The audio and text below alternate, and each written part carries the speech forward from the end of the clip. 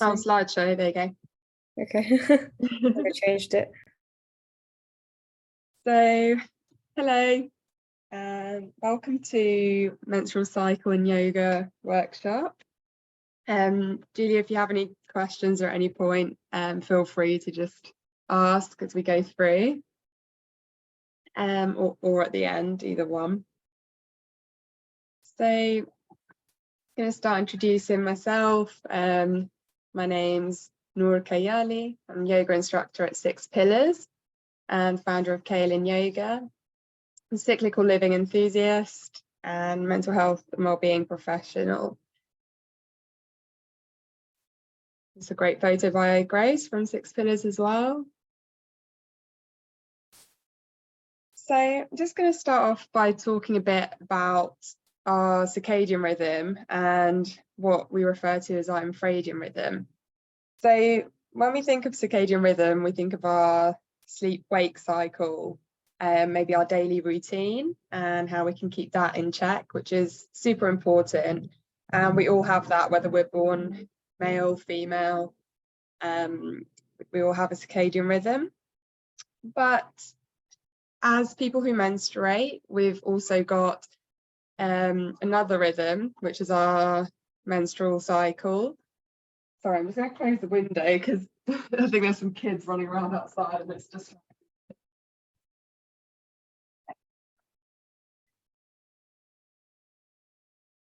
Cool. So yeah, we also have this longer rhythm, and recognizing these infradian rhythms can basically help us optimize our yoga practice and our overall well-being, because we can then adapt our lifestyle choices, our self-care and daily routines according to where we are in our menstrual cycle. And it's quite common to think of our menstrual cycle as the time we're on our period and the time that we're not, which kind of splits it into two. But actually so much happens in between that time as well, biologically with our hormones, that there are times where we can optimize certain tasks that we do and times where we can wind down a bit more, and that's going to support us during the whole cycle. So different ways to be productive, different ways to be consistent, and different ways to rest. It's almost like this natural guidance system that we have, but it's not common knowledge, unfortunately, yet, but we're getting there. So not everyone menstruates.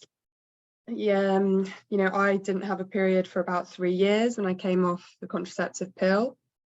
And a common question I get is it still applicable? Can I still practice things about cyclical living if I don't have a period? And the answer is yes, but it might take a little bit more monitoring. So the real key kind of underlying all of this is to just explore the relevant patterns in your own life, and to find ways to incorporate that knowledge into the daily routines, decision-making, self-care practices. So being aware of our own energy at different times. You know, a lot of people refer to this balance of rest, but also discipline and striving as masculine and feminine balance, or yin and yang. Or you can draw on the wisdom of the Ayurvedic doshas. If you are into yoga, you might have heard a little bit about Ayurveda, the Indian medical system, and they look at different doshas. A Google search will tell you a bit more about that. And in ancient beliefs, there was a lot about the moon and how that can guide, that can provide some guidance and wisdom towards when we want to take a bit more self-reflection time, or when we might put ourselves out there a bit more. So all in all, by embracing cyclical living, we can still benefit from greater awareness of our bodies, and a deeper connection to the natural rhythms. If you do want to, if you do have any questions and you're watching this as a replay about maybe like having an irregular cycle, then feel free to message me directly about some questions. Got lots of information on that. But for the purpose of this workshop, we're going to go through each phase of the cycle. There are many reasons why someone might not have a period, you know, like being pregnant, menopause, or maybe neither of those things, but just an irregular cycle. And that third situation is what might need a bit of attention, and definitely happy to support anyone there. So this is a bit of a visual of what happens in each of the phases. So we've got our menstruation phase, the time of our bleed. Then we've got our follicular phase, which is the few days after our period, which is when our estrogen levels rise, and so do our energy levels with that. Then we have a very short period of ovulation. I call it ovulation phase. It's actually our shortest time. It's just a few days. And it's typically when our energy peaks and when we might feel a bit more out there. And then we've got luteal phase, which is the longest phase. And it's this time of starting to wind down. But sometimes luteal phase can be noticed as PMS, or, you know, commonly a time where the inner critic kind of crops up a lot more for a lot of people. And often, you know, we hear about PMS as being like the most difficult time, or we might experience it in that way. And that is definitely valid. But there are actually a lot of things that we can do throughout the rest of our cycle to actually optimize luteal phase. So things that could be good in luteal phase is just focusing on solo tasks, maybe winding down some social activities to support that. We'll talk a bit more about that as we go on.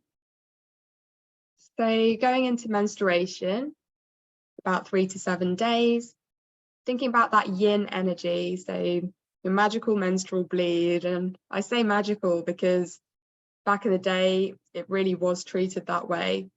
It was treated as the time where you might be able to tune into your inner wisdom a lot easier. And this is a really good time for grounding and stillness and allowing yourself to soften into your flow. Things you can change with your yoga practice, or things you can add, is more yin yoga or yoga nidra, nadi shodhana pranayama, alternate nostril breathing, sound, so things like chanting mantras, om. You can even just experiment with different things with your voice.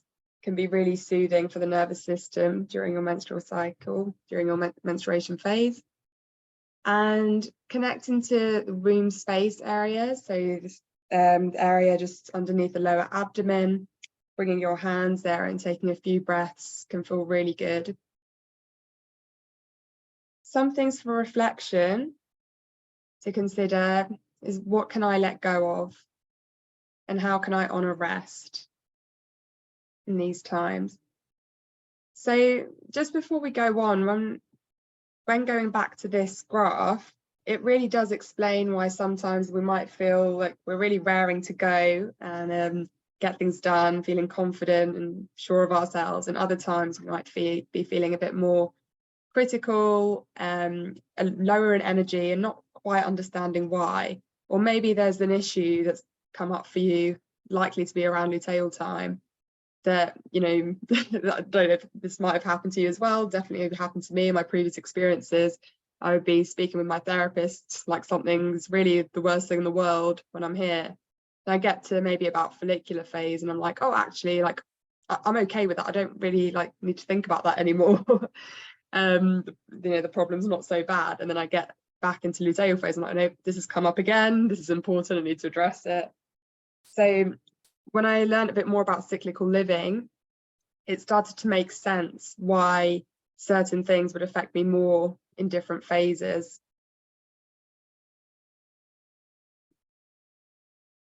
So the second phase, follicular, 7 to 10 days.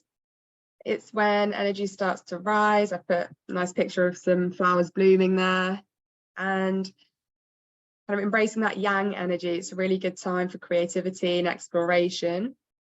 Your estrogen rises here, so any ideas that might have come to you during your bleed, where you might not have had the energy to go and act on them, this is a good time to start bringing those ideas into your reality. And also I've put playfulness here. An element of play can be really nice during follicular.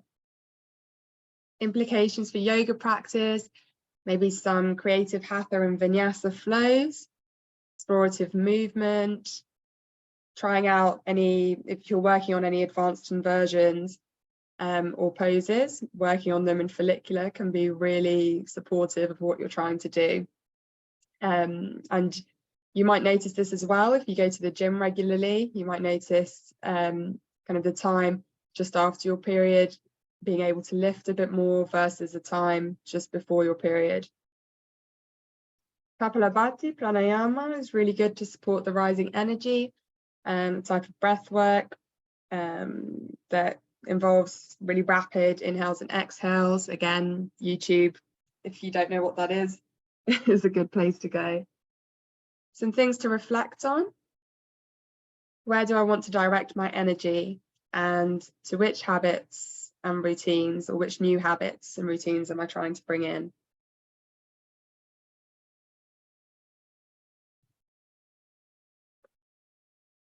And then phase 3, ovulation. So that's the shortest phase. Again, we're still in that yang energy peaks here. And that really supports a sweaty and challenging practice. So if you've got, you know, something like power yoga in your yoga practice, this is a time where it'll be really good to embrace that, maybe fiery vinyasa flows, and ashtanga to connect with that masculine energy of structure and discipline that we all have within us. And yeah, this is a great time to be with that. Some things for reflection is, what parts of my practice do I avoid that I can try now? So things that you might have typically put off, or things you might have set a goal for before, then, you know, it gets to it and, you know, it feels difficult, or we don't end up practicing it. What can we then do now while we're in ovulation? We're setting ourselves up during the best time to give that a go. I've got, how can I show up? This was supposed to say, how can I embrace my most confident self? I don't know where that writing's gone. So yeah, these kinds of questions, aligning with that energy of your most confident self, can be really helpful here. And that's not to say as well, like when you're menstruating or in luteal, that you can't show up in your most confident self. You absolutely can. It just might be in a different energy. So it might be more internal. Maybe you're showing up from that kind of wise space, versus in ovulation, maybe showing up from that more external, being out there space, because that's what our hormones, that's the way our hormones are going in our body. So when you think about, you know, like nurturing, so if a woman is pregnant,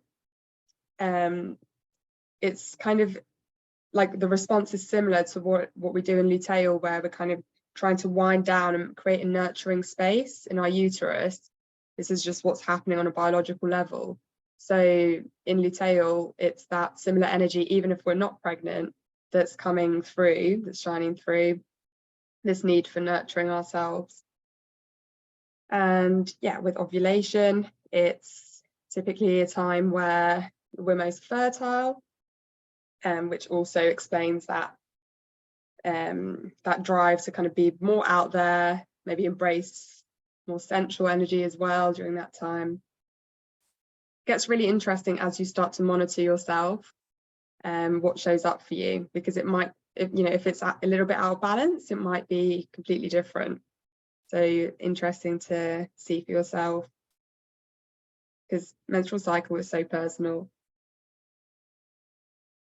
So phase 4, luteal phase, yin energy, so the energy starts to decrease, progesterone kicks in. Grounding is really good here. So I've got this picture of the forest and being barefoot on the ground, can be really comforting during this time. Grounding, hatha flows, yin yoga, meditation, being out in nature, wouldn't completely drop any form of physical exercise actually in any of these, but there are things you can do to tweak it up and have that awareness of actually your body might be starting to go inwards, and that will explain your energy levels. But things like swimming, maybe kind of just reducing, you know, if you usually go to, I don't know what it was called, the cycling one, just escaped me, but yeah, there's that cycling, I think, a spinning class. If you usually do a spinning class, maybe instead you go for a gentle cycle, as an example. Some things to reflect on or consider. Are there some solo tasks that I can complete now? Is there something simpler that I want to get done, like a task like editing work or catching up on admin? How can I nest a bit and nurture myself? Our attention to detail in luteal phase is pretty strong, and you know, it's up to us where we want to direct that focus and that attention to detail. And sometimes it kind of naturally sways towards our inner critic, or it highlights maybe some of our shadows, a bit like that good friend that tells you what you don't want to hear. Maybe something that we need to work on that keeps coming up around this time. And it's about, you know, honoring our choice, whether we want to maybe journal about that and start to work on it, or whether we want to actually accept where we are in our journey and just do our best to offer some kindness and nurture to ourselves. It's typically the phase that most people struggle in, and that's where PMS comes from as well. But it doesn't have to be that way, and there's things that we can do to optimize the luteal phase as well and find the superpowers in it. It's not common knowledge yet, but it will be. So this is a screenshot of something I've created and been working on, and it's essentially showing how if you don't menstruate at the moment, or if you're trying to balance an irregular cycle, one thing you can work with is the moon cycle. So menstruation associated with the new moon, and also having that theme of new beginnings, fresh starts. Follicular phase associated with a waxing moon, channeling energy into taking action. Full moon associated with ovulation, it's that energy of completion, abundance, celebrating achievements, connection's really big here. Luteal phase and the waning moon, grounding, releasing, prioritizing here. What's interesting here is with the menstrual cycle, because it's so personal, it's almost like you have this indicator for you. So if you do menstruate, I would say go with your cycle, because yeah, it's this biological indicator. It helps you understand where you are in your phase. But if not, then yeah, just some closer monitoring, maybe using the moon as an initial guide, maybe doing some hormone tests is also an option to see how things are there. So before we go on to this final part of the workshop, which will be a short kind of journeying meditation through the phases, question back to you: how might you apply one thing from what you've learned today? You can put your sound on, let me know. I think for me, because I do struggle a lot with luteal phase, is really just allow my body to wind down and ground whenever I'm in that phase. And I really liked how you mentioned that just being barefoot outdoor really helps, which makes sense because it helps you to feel more grounded and like connected to nature and to the ground. So I'll definitely try that next time. Nice. Yeah, it can make such a difference. Yeah, just connecting to the earth, and yeah, like kind of starting to wind down, and sometimes just having that awareness, like, oh, I am in my luteal phase, and asking some of those questions. What things can you prioritize? What solo things, and how can you nurture yourself? Going outside can make a huge difference. So that's really positive. And it's always about, like just taking one thing maybe from this workshop and bringing it in. And if that feels good, maybe then bringing another thing. It's a journey. Cool, thank you for that. So gonna go on to the final part, which is short meditation. So I will stop sharing. Hello. Yeah, we're still recording. So if I pin, just find a comfortable seat. I've prepared a short meditation, so I'll be reading from what I've prepared. Wherever you are, starting to bring your awareness to the breath. And as we embark on this exploration of our menstrual cycle, close your eyes, place your hands on your lower abdomen, and take a deep breath.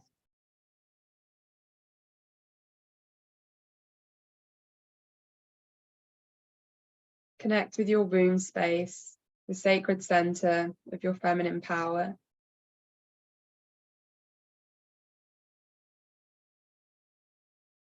And as if you're blowing out a candle, take a long exhale, release any tension or resistance, allowing yourself to fully embrace this journey.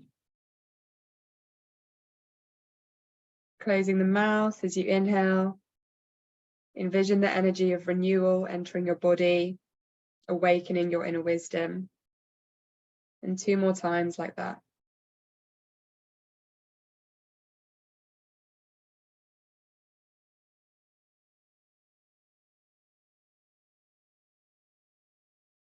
Now let us honor the menstrual phase, a time of release and restoration.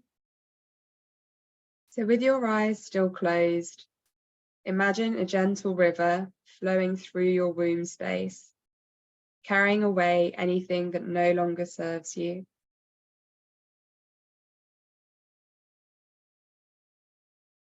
So physically, bleeding happens when the uterine lining sheds, and it signifies the beginning of a new cycle.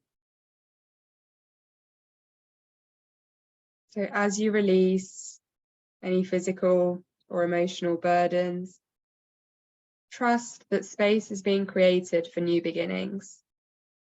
Embrace the opportunity for rest and nourishment during this phase.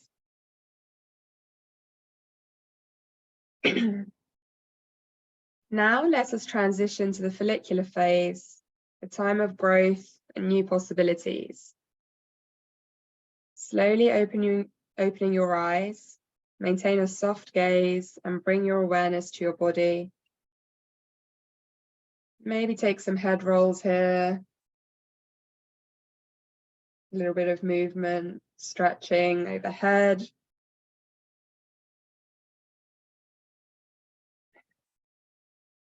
Maybe bring some movement into the shoulders. So during this phase, the follicles in the ovaries mature, preparing to release an egg. So this phase is associated with rising estrogen levels, creating this sense of fresh energy. And as you stretch and move, envision the energy of creativity and renewal flowing through you. Embrace the freshness of this phase and allow your dreams to take roots and grow.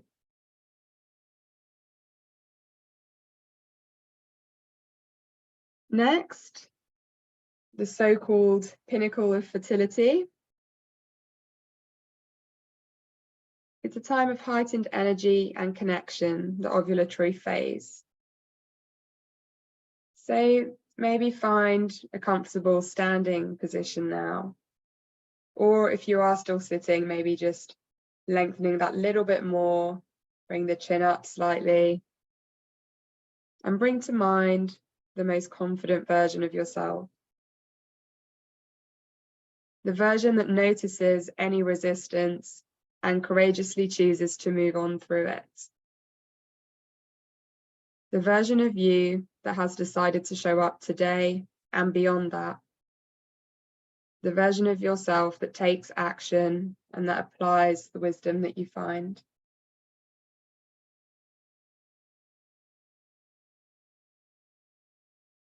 And as we enter the luteal phase now, a time for reflection and introspection, slowly return to a seated position or a more relaxed position. Close your eyes once more. During this time, it's common for our attention to be pulled towards external pressures and self-judgment. On a biological level, the body prepares for potential pregnancy in this phase, creating a nurturing environment in the uterus as the progesterone rises. If you know this is a particularly difficult time for you, hang on in there. Let us approach this phase with as much kindness as possible. Here you have the power of choice, as mentioned before. Is it the right time to pick this up? Or is it the time to just treat yourself with some self-compassion here? Whatever you choose, embrace the imperfections and honor the progress you make on your journey.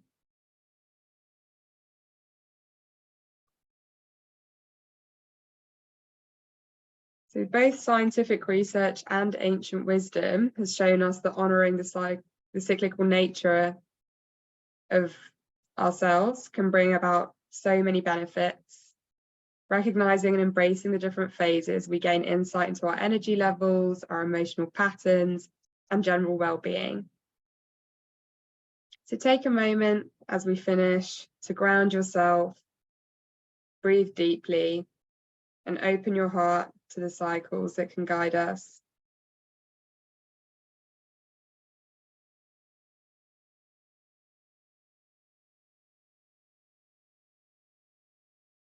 Maybe placing the hands on the heart, connecting with the heartbeat.